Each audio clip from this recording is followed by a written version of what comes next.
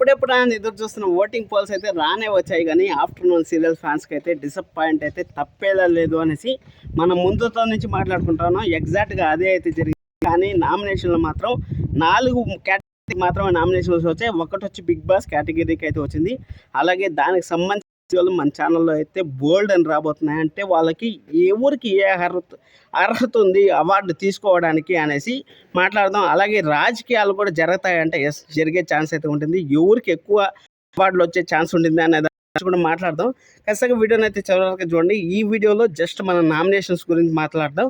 ఫర్దర్గా మనకు చాలా అవార్డ్స్ అయితే వచ్చాయి కదా. అవార్డ్స్లో ఏవే వచ్చాయి, ఉత్తమ జోడీ అనేసి వచ్చింది. ఉత్తమ జోడీలో ఓన్లీ ప్రైమ్ టైమ్ సీరియల్స్ మాత్రమే తీసుకున్నారు. అలాగే అలాగే అంటే కేటగిరీలకు మాత్రం సంబంధించిన ఓటింగ్ పోల్ అయితే వచ్చింది.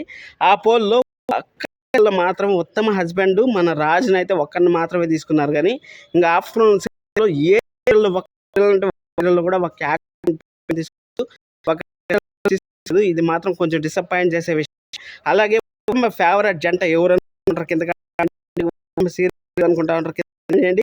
ఉత్తమ ఎవరు అనుకుంటారు కింద కామెంట్ చేయండి. ఎవరు ఉంటారు కింద కామెంట్ చేయండి.